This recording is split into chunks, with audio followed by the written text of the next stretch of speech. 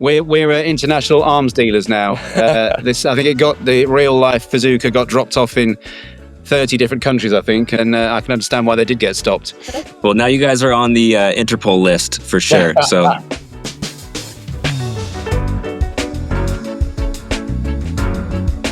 Welcome to Brands in Play, the podcast where we explore immersive marketing and the people who are leading it. I'm 𝗜𝗍𝗶𝗱𝗲, co-founder and chief innovation officer at 𝗲𝗽𝗃𝗲. And I'm 𝗲𝗽𝗶𝗀𝗶𝗱𝗲, insights and partnership director at 𝗲𝗽𝗃𝗲. This week on the show, Google's getting into XR. The Minecraft movie smashes the box office. Sabrina Carpenter steps into Fortnite, and your dystopian tech nightmares are back. Netflix's new season of Black Mirror is finally here. I'm excited about that one. And later, we're speaking with Stu Royall and Holbrook, creative directors of BBH. We are getting behind the scene into their recent campaign, Mentos Fizzooka collaboration on Fortnite.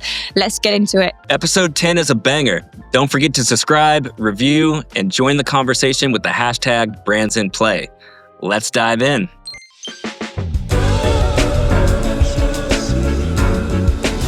Nick, episode 10. Can you imagine? What a milestone. I can't believe 10 episodes. That's awesome. I'm super stoked. I'm super proud of this team. That's 10 weeks in a row. Congratulations. Yeah, congrats to you. Congrats to the whole team, everyone involved.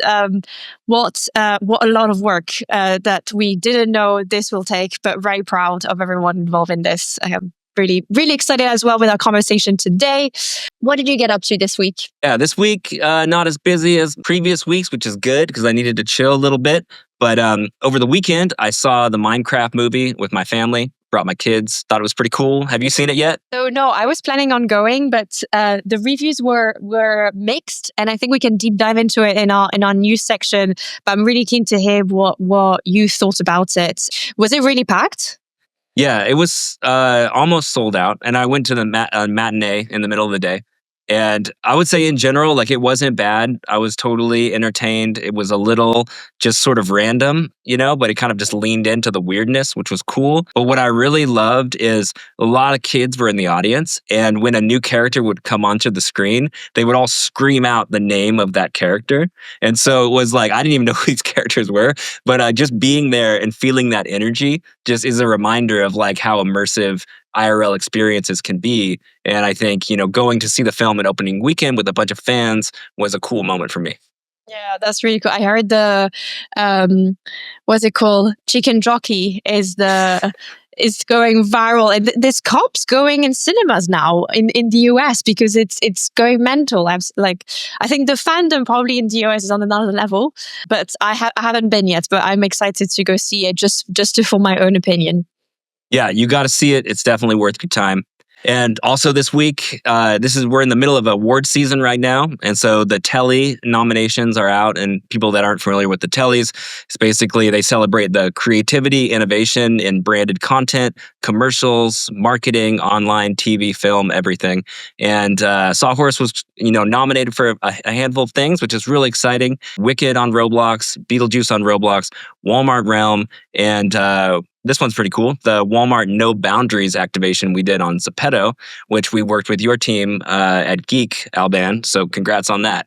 Yeah, really excited about that nomination. Is it a open to the public vote? Can we? Yes. People to go Everyone vote? has to vote. That's how you win, essentially. So right now we're kind of leading, which is great, but we'll drop a link in the show notes. So any fans of the show, come and vote for us, please, because we need those votes. Fantastic. Please go ahead and vote for this fantastic work. On my side, I've been prepping more for imminent trip to New York that I'm doing with the Geek team. So a lot of a lot of things happening for that. But really excited, and the same as you, a bit more of a not quieter, more admin week, but less events and less thing. I will try to go see Minecraft though, because I really want to feel that atmosphere. Yeah, I think you should. And that's awesome that you're going to New York. Love that city. But before we go to the news, we have to do something that we said we were going to do. So last week on the show, we played the Minecraft movie minigame on Snapchat. Alban beat me badly, I must say. And my punishment was to record a fake ad that was created by ChatGPT. And so we made this ad for the podcast. I've not heard it yet. I recorded the voiceover. Everything went to Sawhorse Post. They cut it together like a trailer. And I guess we're going to listen to it for the first time. This is definitely going to be embarrassing for me. But Edward, roll it. In a world where marketing is confusing and attention spans are shorter than a TikTok dance, one podcast dares to ask, what if branding was fun? What if Nick Hill actually knew what he was talking about? This summer, brace yourself for Brands in Play, explosions not included. Subscribe now, or Alban will personally hunt you down with a branded VR headset.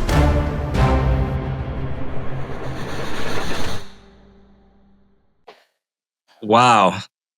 That was whack. I don't know. Oh, this is so good.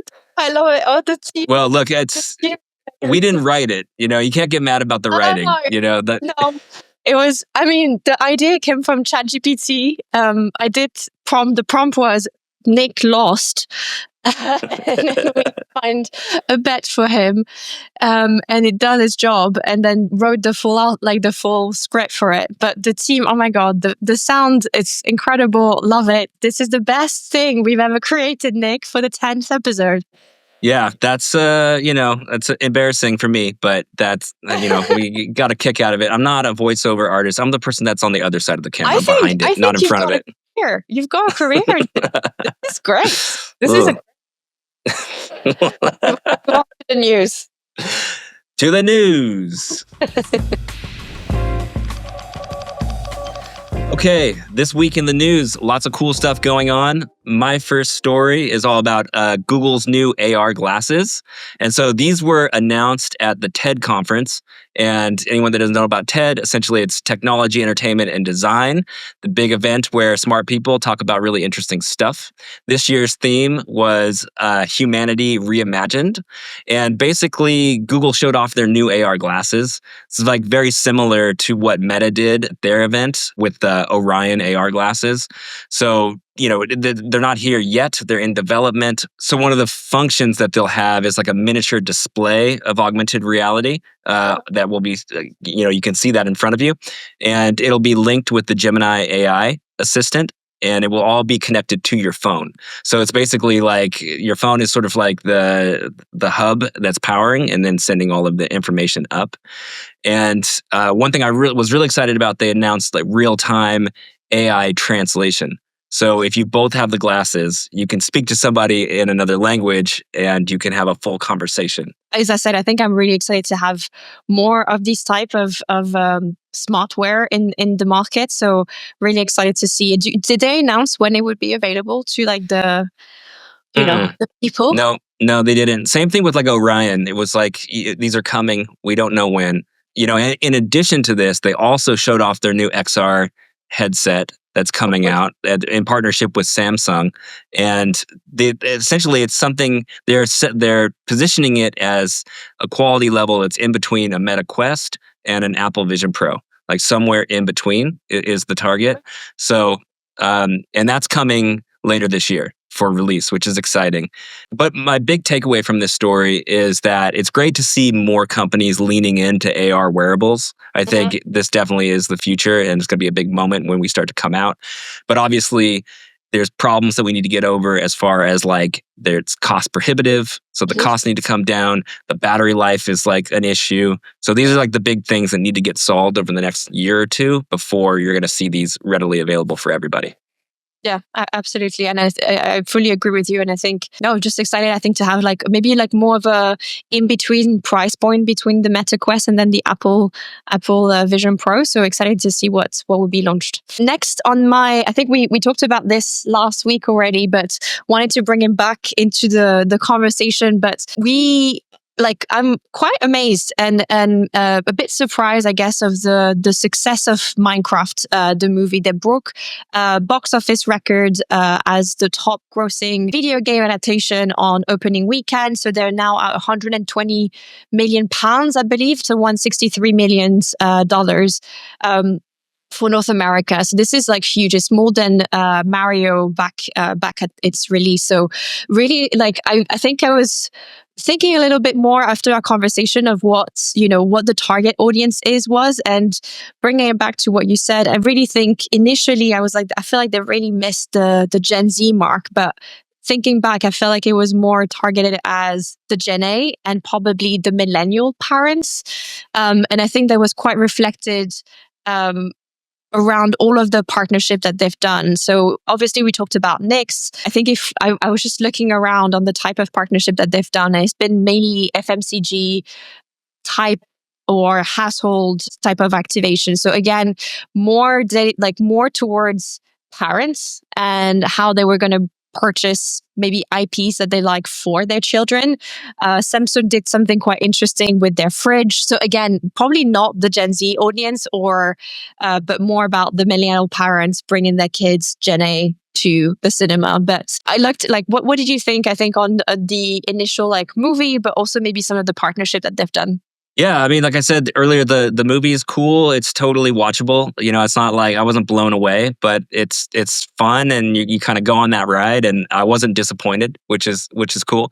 And I think that it was definitely marketed and geared toward millennials. One of the main characters owns like a vintage video game store. And inside that store, they have all these artifacts. So like old NESs and old hardware, like gaming hardware. So it's definitely like paying homage to that time period. And older people in the audience can totally engage with that, Gotcha. Which was cool. And then as from a marketing standpoint, I love these massive marketing campaigns that reach different generations that kind of pop up everywhere.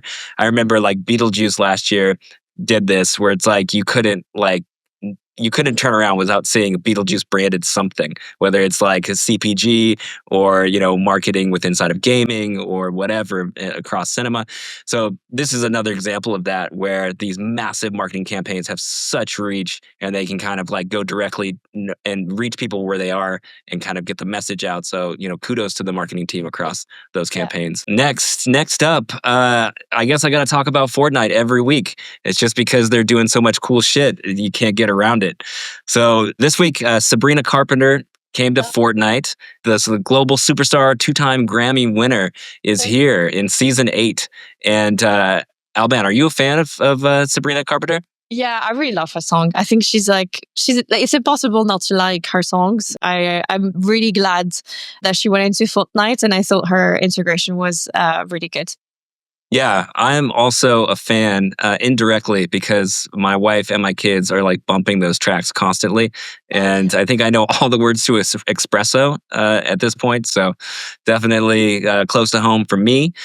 But within this integration, she came into the platform, there's new skins, there's new emotes, they're monetizing her music in the form of jam tracks. And, this is interesting because it's not your stereotypical concert. She doesn't have a big concert moment. It's more about taking her IP, integrating it into the broader ecosystem, finding all those different touch points she can activate inside of. And so far, I think the reaction's been really good from the community. Yeah, I think what was interesting is that the latest concert that she did, and I think it's still available, is on the Meta Quest. So that was quite interesting for her to do something else a little bit more more adapted to a cultural ecosystem like Fortnite. And I think what she's done around the emotes is already I can see it popping off on TikTok and other social media platform of people engaging with it. So I think that's quite well done of her. I would be interested to understand why Meta and what Fortnite and what is the initial end goal around it. But I thought both of them were quite really interesting. Well, I feel like when you're that big of a musical persona, you really are going after that broad reach of, reaching everybody. Obviously, she's going into gaming and making her impact there. But I'm curious to ask you, as a woman, what do you think about her coming into Fortnite? I mean, Fortnite, the audience is predominantly male. Would you be more inclined to purchase her skin being a female player on Fortnite? I don't know. I feel like, we saw Ariana Grande as well going on there. So not sure. I think it's more because Fortnite is, has this maybe older teen, like 25-year-old cool factor, and that's probably why as well she's on there. Whether if I was completely not familiar with Fortnite and not a Fortnite gamer, I think it probably will be more whether I will be like a hardcore fan. I would assume that people that are hardcore fan might want to just see what she's done because it's another piece of the artist's content and they just want to engage in any way. And I think the example that I'll give you is a bit random, but my sister is a huge fan of Cher. She then went on Roblox to be able to see what had been done there. Like there was never a point for her to ever be on Roblox. She's like more like not really a gamer. It's just that's not really her space. But I think when you're a huge fan, it can be a strong strategy for a platform to have this big household game because it brings you new users, or at least gives you an opportunity to acquire new users. So I think that was quite smart of Fortnite to, I think, they're strategically trying to find artists, entertainment IP partnerships. Correct, sport that are going to diversify their audience. So I think that's you're quite spot on there. Yeah, no, they're killing it right now. Gotta show respect. Yeah. What else you got? Next on my side, so very excited for this to happen, but the season 7 of Black Mirror is finally out, and I was really happy and I was kind of guessing because the last season had a bit of an element of interactivity on one of their latest episodes, but Netflix has also released a game that is associated with one of the episodes of that season, and I haven't played it, so I'm not sure exactly like how it is like connected to the episode. It sounds like for now it's more like the themes that are similar. So essentially the game that's called 𝗲𝗚𝗃, and I hope I'm saying that right, 𝗲𝗚𝗃. But it feels a bit like a Tamagotchi. So you have essentially it's a village manager and you have like different pets that you have to take care of. I'm sure there is a lesson like any Black Mirror, episode, there is going to be a horrible lesson that you learn further down the line, but it sounds like it's a really, really interesting link with the episode. So I'm dying to like get my hands on it tonight and see what it's all about.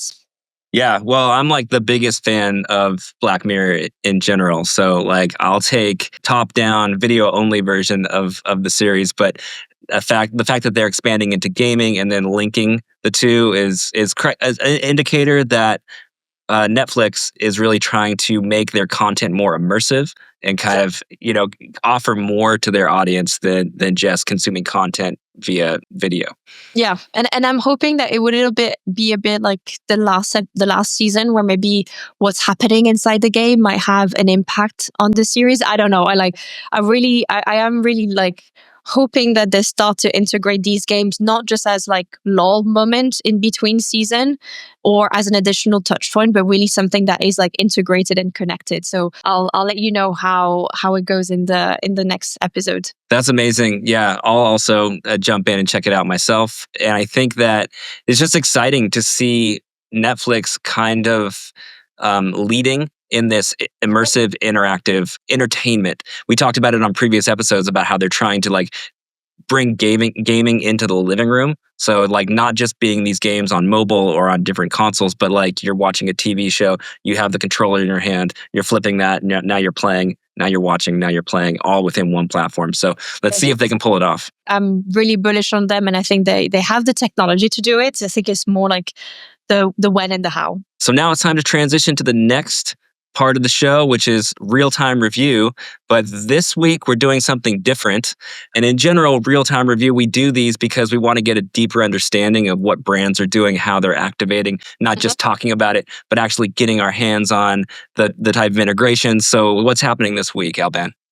Well, this week it is in real life review, where I will actually join our two guests, Stu and Phil, in their office, and I will get my hand on the real life size Fizzooka that they created on the back of their campaign.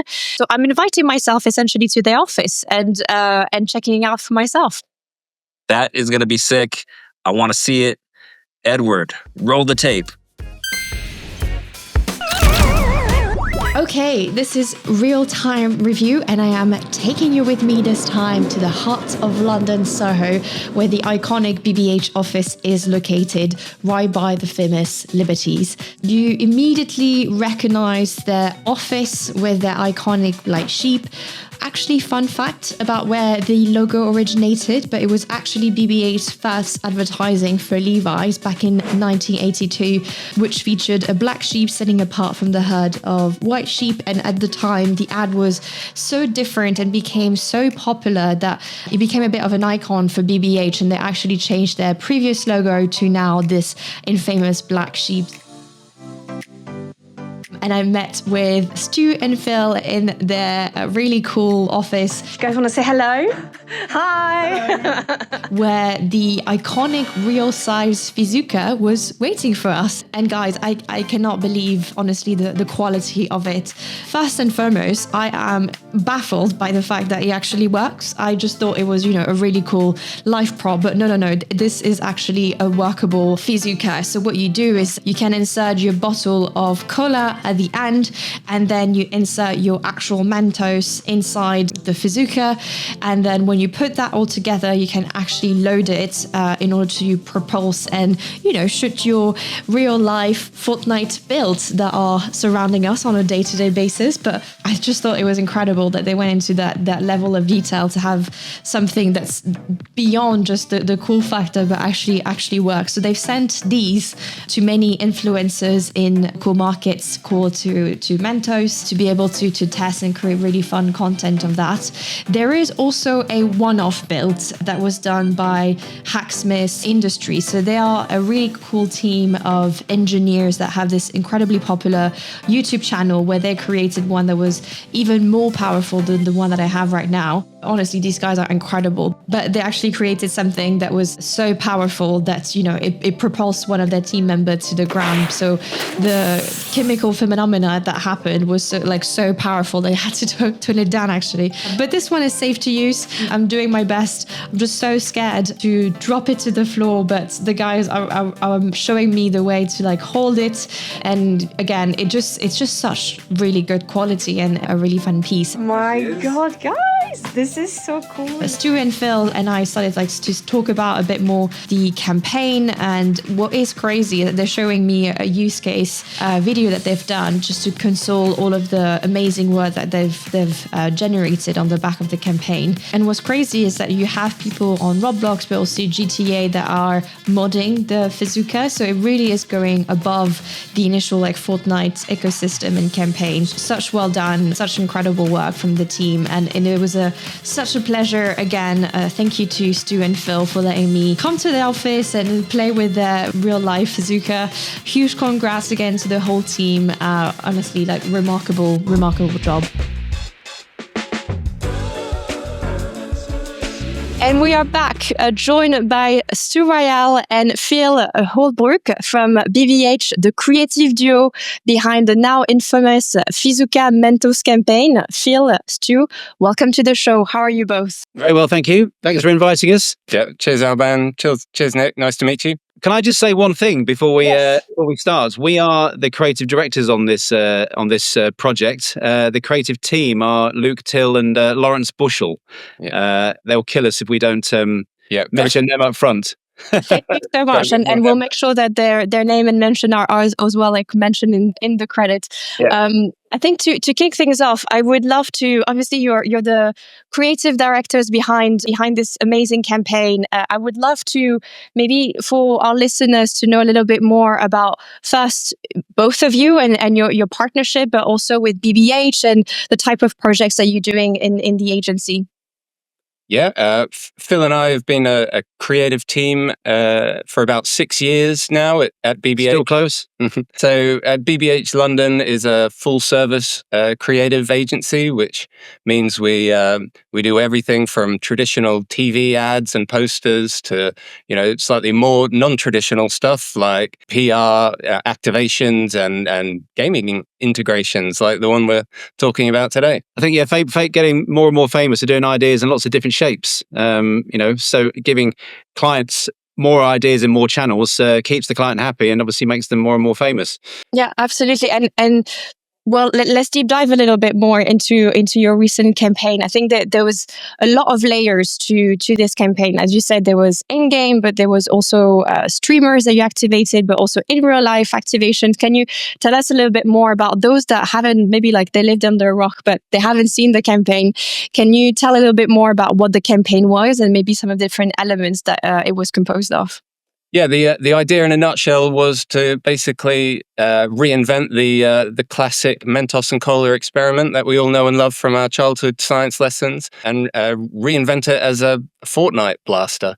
So that was the kind of key idea. From that concept, it kind of loads of different channels then came out the back of it. We had, famous gamers streaming it. We did station takeovers at Comic-Con with posters and mobile trucks. We had real life versions of the Fizzooka, which we teamed up with some YouTube inventors to make, and then we sent other ones out to influencers around the world to unbox. So yeah, the campaign just kind of, from that initial idea, it kind of spiraled into more and more areas. But the more people heard about it, the more they wanted to get involved. So yeah, it was a really fun one. We're international arms dealers now. I think the real life Fizzooka got dropped off in 30 different countries, I think. And that was interesting, trying to see them.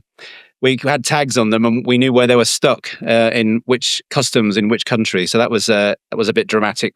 Will they get through or will they not? Yes, 8 of them got stuck in Brazilian customs for a good week. Which, to be fair, they are nearly 5 foot long, So if X-rayed these boxes, then I can understand why they did get stopped. Well, now you guys are on the Interpol list for sure. So good luck with that. But congrats on the campaign. Super exciting. It's one of my favorite from the year so far as integrations go. I was just curious about the original brief. When Mentos came to you, did they have a vision for this, or what was their high level goal? And then how did you guys arrive at this idea, and then specifically Fortnite? We do normally do a bit more traditional ideas, TV ads for Mentos, but they wanted to do something fame driving, or maybe it was a bit more proactive from our point of view, just to make some noise and seep into culture, if you like. So the brief was just that, just do something as broad as you like, and we tried many different ideas, which I won't go into now, but we knew that they were most famous for the Coke and Mentos experiment, as Stu said, but we couldn't do anything with it in real life because we were very cautious about anyone getting hurt. So when Luke and Lawrence brought us the brief was out there, if you like, to the department, Luke and Lawrence brought us the idea of literally a 2-litre Coke bottle attached to a tube of Mentos and said, let's mod it into games. We went, oh my God, this is brilliant. No one's going to get hurt. This is absolutely perfect. And the Mentos platform is to refresh the everyday. So refreshing the experiment and bringing it to life where our audience is inside games was perfect. So that's what we presented to the client. I mean, it's one of those ideas that was so perfectly silly. When we saw it, we knew we had to make it happen. They're famous for this one thing, and if we could put it in a new environment like the world of gaming, suddenly, we've refreshed the experiment itself. We're refreshing gameplay. Mentos is all about refreshment. So from a strategic point of view, we knew we were on sound footing, and we're always looking for new ways to reach our audience, and this just seemed like the perfect idea. I'm curious to understand, because obviously I think what was really amazing about the campaign is, like you've mentioned it was what Gen Z, or even like content that we're seeing around the brand that is happening on TikTok, and I think content that we consumed also, but I think there's always a bit of a balance between how the audience is seeing the brand and like the reality on how it is being perceived and how the brand wants to be perceived. How did you approach, I guess, that balance? Was it, difficult to bring this idea forward, or like how would you describe, I think this balance between like what is the reality of how the brand is perceived and how the brand is trying to be positioned? When as I say, Luke and Lawrence brought the idea, and we wanted to mod it into games like Call of Duty and World of Warcraft, that fell flat because it's too military, too too dangerous, too serious, and probably not what the audience probably are watching that, but it didn't fit with the brand tone of voice. When we got Metavision involved and they said, talk to Fortnite, they've got more views. They're looking into this customizable weapon feature, which actually still hasn't happened, but we got around that. But that Fortnite being wacky and dumb and fun seemed to fit with Mentos, and that's how it was the perfect partnership, if you like. And we made sure no one got hurt, and we can go into that, the utility of the weapon. But it's Fortnite's poles apart from Call of Duty and World of Warcraft, so they seem perfect for each other in terms of a brand tone of voice. And I think as you say, the Mentos and Cola experiment is what they're known for on social media and TikTok and YouTube. And I guess from our point of view, that if we could take that and like still live up to the brand values of refreshing the everyday, then strategically it made sense. The thing that we're just going to refresh in this instance was, the famous experiment. So as long as we're always like doing something that brings a twist to the expected, to the everyday, then we're living up to those Mentos brand values of refreshing the everyday. So I think there was a nice little marriage there of the kind of what they're most known for and the brand values. It feels like a very authentic integration, which is awesome. And we know how important authenticity is when you're trying to reach younger audiences and gaming audiences. And you guys were new to this sort of marketing inside of the gaming space. What was that like, learning about the Fortnite culture and the Fortnite audience and really understanding like how to communicate with them?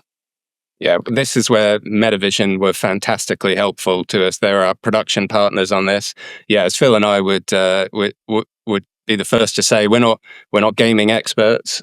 We certainly know a lot more about it now than we did 10 years ago. 10 months ago. Feels like 10 years. Yeah. But Metavision are like deeply immersed in these worlds and in these communities. So when we started speaking to them, the one thing we knew was, we wanted to make something that was not only desirable and fun to play with, but it had to be useful. It had to offer some utility. Otherwise, no one would play with it.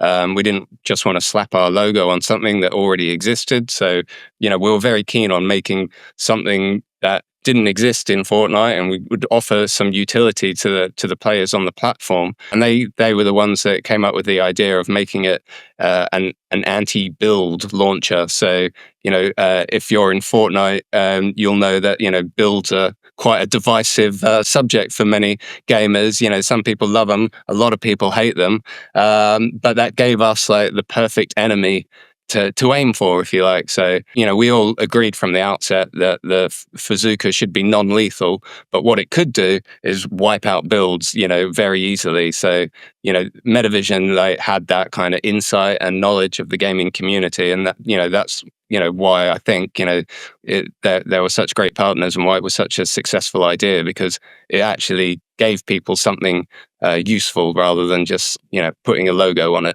Yeah, it was sought after. I think it got legendary status, this weapon, so which we're told is good. And by the way, I know we're not gamers and we're a little older here, but having tried to get my son off Fortnite, most evenings, I was very aware of the aesthetic of it and the stupidness of it. So when they said it was, the perfect fit, you knew that it was the right place to put it. What's the dance everyone does? Flossing. That comes from Fortnite, didn't it? Now you are old. Well, one thing I really love is that it was brand safe. And a lot of brands will be cautious about going into games that have any type of gun. But I think this is a perfect example of ways that you can integrate seamlessly in a more brand safe way. And you guys did that in an excellent way. Yeah, absolutely. And I think if we like, I guess you could have gone the route of creating your own island or your own environment, exactly to have a bit more control over what the environment is, to make it even more brand safe. Can you tell us a little bit more about the decision of also integration and maybe like also the process of finding the right partners along the way? Would love to know what was that like on your side, because there were very different partners to what you used to. Yeah.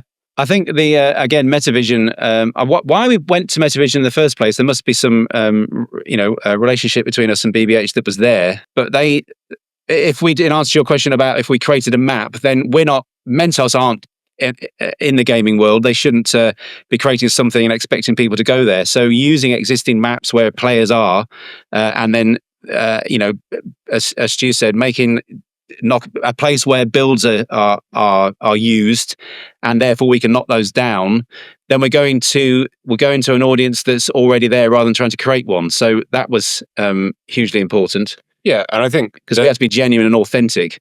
Yeah, we thankfully, everyone we spoke to in terms of like the individual map creators, they were all really excited about the idea and, keen to get involved. I guess it depends on what the idea is. But when, that was a real litmus test for us, that if map creators and people in that community were excited about the idea, then, we knew we were onto something good. And then, finding the right ones to deal with that would maximize the kind of utility of the blaster. Again, Metavision were very helpful in liaising between us and them. We had to fine tune the kind of power and performance of the Fizzooka in individual maps because, some are quite close quarters, confined spaces. And, if it was the full force Fizzooka, people would have been ragdolling around the place, which would have made gameplay terrible. So we were obviously very, we were concerned with making sure that this, that it wouldn't ruin gameplay and that it would enhance gameplay. So, we had to have loads of conversations about making sure that, the weapon was just powerful enough. We made it explode in some of the maps when, you used it for too long, it would explode on the user, which was a nice little nod back to the original kind of volatility of the experiment. You never know when things are going to blow up and get messy. And I'll just say, when it did explode, the player actually did eventually land down to earth, so that it didn't kill them or anybody else. No one died. Still brand safe. Yeah. Still brand. Yeah. But I would say, what were like the biggest challenges that you faced on this project? Unexpected challenges or war stories? I mean, the biggest technical challenges came on the in real life Fizzookas. Because obviously, in the real world, we're limited by the laws of physics, unlike Fortnite. So there was a lot of engineering required to to make sure we captured the same sort of drama and power of the in-game version in our real life one. We worked with a team of YouTube inventors based in Canada called 𝗲𝗽𝗶𝗀𝗲, who were just fantastic. Amazing throughout. Yeah. I mean, they made one so powerful that it blew them off their feet, which they had to turn it down. But we got some good content out the back of it. I was worried about that. Yeah. I was wondering, making sure that you guys have the right kind of insurance. I mean, that guy flew over it. Those guys were absolutely incredible. I mean, they've made lightsabers and they've made Captain America's shield and Tony Stark's, lasers. But that one that knocked him off his feet, because they were trying it on this big tool chest, which had a lot of weight in it to stop the back recoil when they were testing it. And we were watching that going, this is great. So I think that was one of the first handheld tests. But this thing weighed about 90 pounds. And I think it was only at 30 or 40% its full power. So God knows what it would do at 100. Yeah. But yes, no, he didn't hurt himself. Apparently, we did ask. We were worried. No, I thought that was amazing. Actually, there's been a lot of conversation as well, online, inside the, around the campaign and inside the game. People engaging with all the maps. What was, I guess, how did you define success and what type of measurements? I think because it's obviously a different type of content that you created.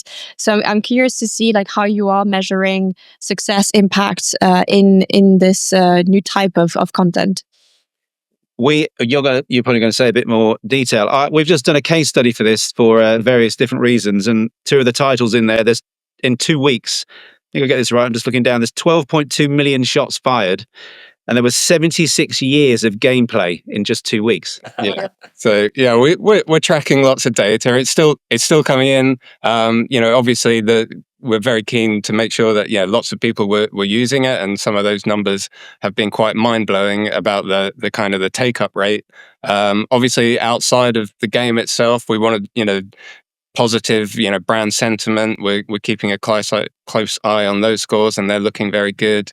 Brand social engagement, just on their social channels is through the roof. I think it's gone up 600% or near enough over the positive 2 weeks. Yeah, positive brand sentiment. Positive brand sentiment. Yeah. Yeah. So tracking lots of things, but obviously, for us, it's all about building the brand, but also just reaching a new audience that we weren't currently talking to, and from all the metrics that we've been capturing, we've over exceeded our expectations. And also it was the first, I think, first fame driving idea. Let's call it that for Mentos. So, it going so well, then it's an easier conversation to do another one, next year or not next month. That's too soon. But it's just a different shaped idea that, as we said at the beginning, to continue doing, which would be amazing.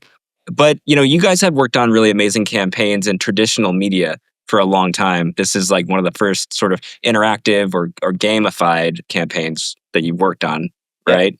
Uh-huh. So I guess my question is, do you feel like there's a trend in advertising and marketing to be in these sort of gamified or interactive spaces? And also, what advice would you give to other creative directors that haven't played in this space yet, that maybe are nervous about it? Yeah, interesting. I think. Oh, sorry, you go.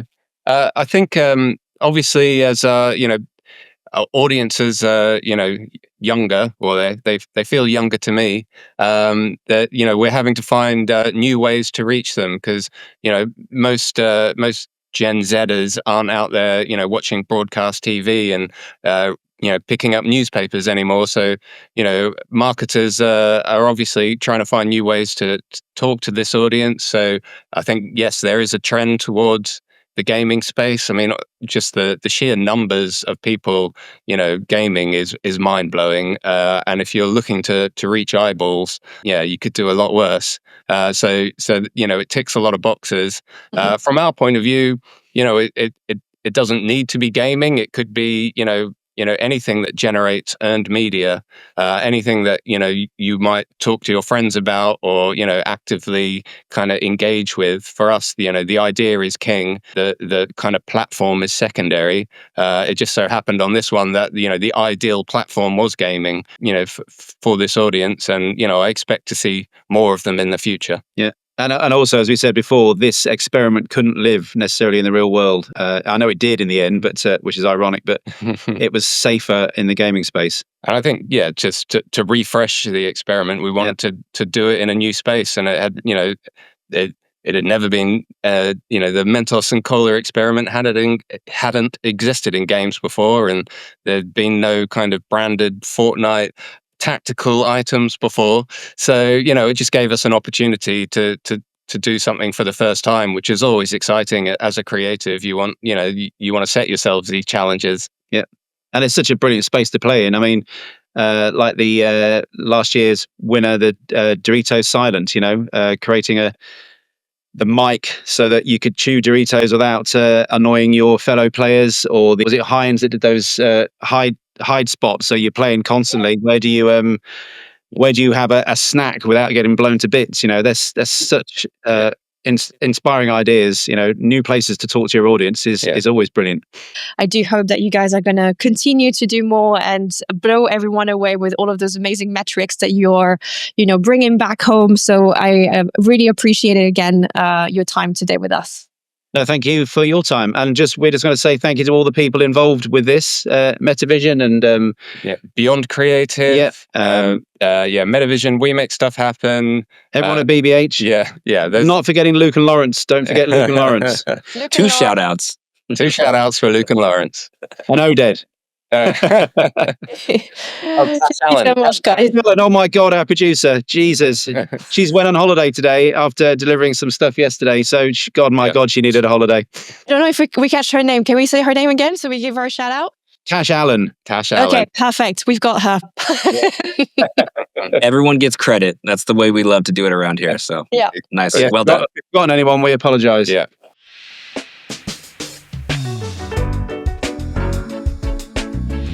Such a great interview. Thank you so much again to Stu and Phil for joining us on the podcast today.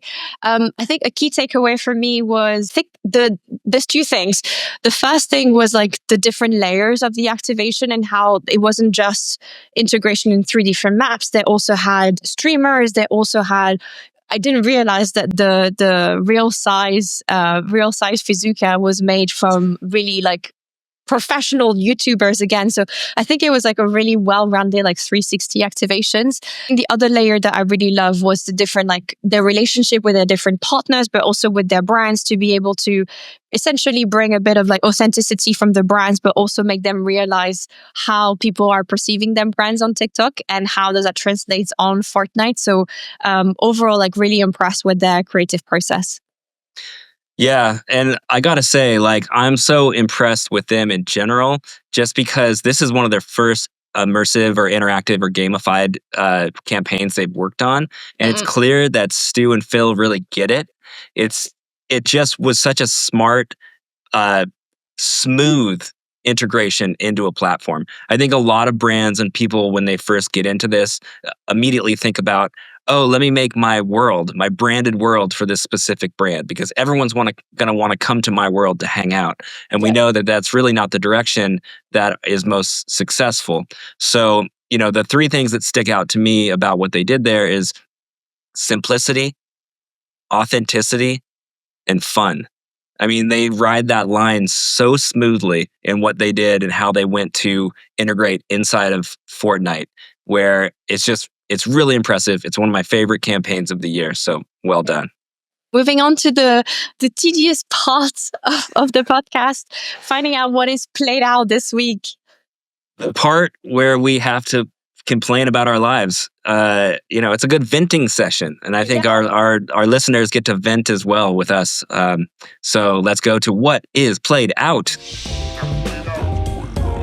You start first because I couldn't find one really this week. So you start first. I'm sure something is going to come to me as you say, what is yours this week? Okay. So for this week, this is an easy one. Played out for me, tariffs. The United States government put tariffs on almost every country around the world. It's Trump's plan, and it was extremely stressful for a lot of people. The markets were completely thrown out of whack, and it caused a lot of fear and problems. And then just yesterday, he reversed that and removed all of the tariffs changes that were made and only kept them on China. And so now it's like this ping pong situation. I think by the time this airs, we're probably going to have 3 or 4 more changes that make this even more complex. It just really sucks. And it sucks for small businesses, and it sucks for our global conversation, our global trust that we built with all these companies countries for so long. It's depressing. It's whack. It's played out. And it reminds me of Brexit. And you guys were guilty of that. Yeah, I mean, I didn't have my English passport when that happened, but yeah, you're absolutely right. I think my played out is going to sound so weak compared to yours, but it is obviously feels like a Black Mirror episode, like you're not too sure what's happening from one day to another, and there are wild times, and I think it's always the impact that it has on business is also always taken into consideration, sadly. But yeah, that is the best played out, and I feel like whatever I'm going to say now just sounds so petty and first world problem compared to your played out. I completely get it. I can't top it. But my played out was the one that came out just before you started. I don't know if you have this because you live in LA, so everything is done by car. But in London, the tube can be incredibly busy, especially during rush hour. So we are like in sardines inside the tube. What is my played out is that people, you have space in between the seats, but people don't walk in. So they're all packed in there. So this morning I had to wait for 2 trains to be able to finally be able to squash myself inside. And there was like space in the middle that people were not just going further down. And my played out is like, just leave space, like leave space, maximize the space inside the tube so that we can all go to work and not have to be squashed against everyone's armpit.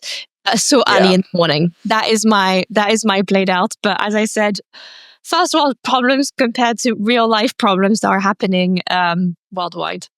Well, that's a real concern. And I feel like in general, people are selfish and they don't think about or see the group, right? They're like, oh, this is my life. I got to do my things. Like they don't realize like, oh, there's 10 cars behind me, or there's, these people trying to get in this subway car. Like, how can we... Yeah, so that's, I definitely echo that. And also, I lived in Tokyo for a while, so I have experienced, these sardine cans. And in Japan, they have special workers that have white gloves that like will come and they'll push you in. Like they help you. I thought they were fake. I thought they were fake. No, that's real. They help it. They're like, okay, this guy's head has to kind of go over here. This lady's like purse has to kind of get in there, and then the doors close. But yeah, I think moral of the story, let's all, be self-aware, work together, and keep peace. Okay, that's a wrap. So that was our 10th episode. I can't believe we did it. I'm also excited for our 11th episode where we'll be joined by 𝗜희𝘀𝗶𝗱𝗲. She is the director of global partnership at Ubisoft, and we're obviously going to deep dive into their release of Assassin's Creed, and she'll tell us all about the release of the game, but also the partnerships that they had with brands and their strategy around it. So really excited for our 11th episode, and thank you so much for tuning in today. Yeah, super excited for that. And just to give another thanks and a shout out to Stu and Phil for coming on the show. And thanks everyone for listening. It's 10 episodes done and we aren't stopping. We're only getting started. Please do not forget to subscribe and help get the word out. Let people know about our awesome show. Yeah, and we'll see you next week. Edward, read us out. And that was Brands in Play. Thank you for joining the podcast where we explore immersive marketing and the people who are leading it. Co-hosted by unpack and Nick Hill. Our show today was produced by myself, 𝗜ļ𝘀𝗶𝗱𝗲, with creative direction by 𝗲𝗽𝗀𝗃 and 𝗲𝗽𝗀𝗃, and audio engineering by 𝗲𝗏𝗃. Special thanks to Kristen James Olszewski. Be sure to join us every week for brand new episodes. The views, thoughts, and opinions expressed in this podcast are solely those of the host and guests and do not necessarily reflect the views, policies, or positions of host employers. The information shared during this podcast is based on personal experience and publicly available information and is intended for informational purposes only. Any references to specific platforms, companies, or partnerships are made in a personal capacity and do not imply endorsement, partnership, or official association with any organization.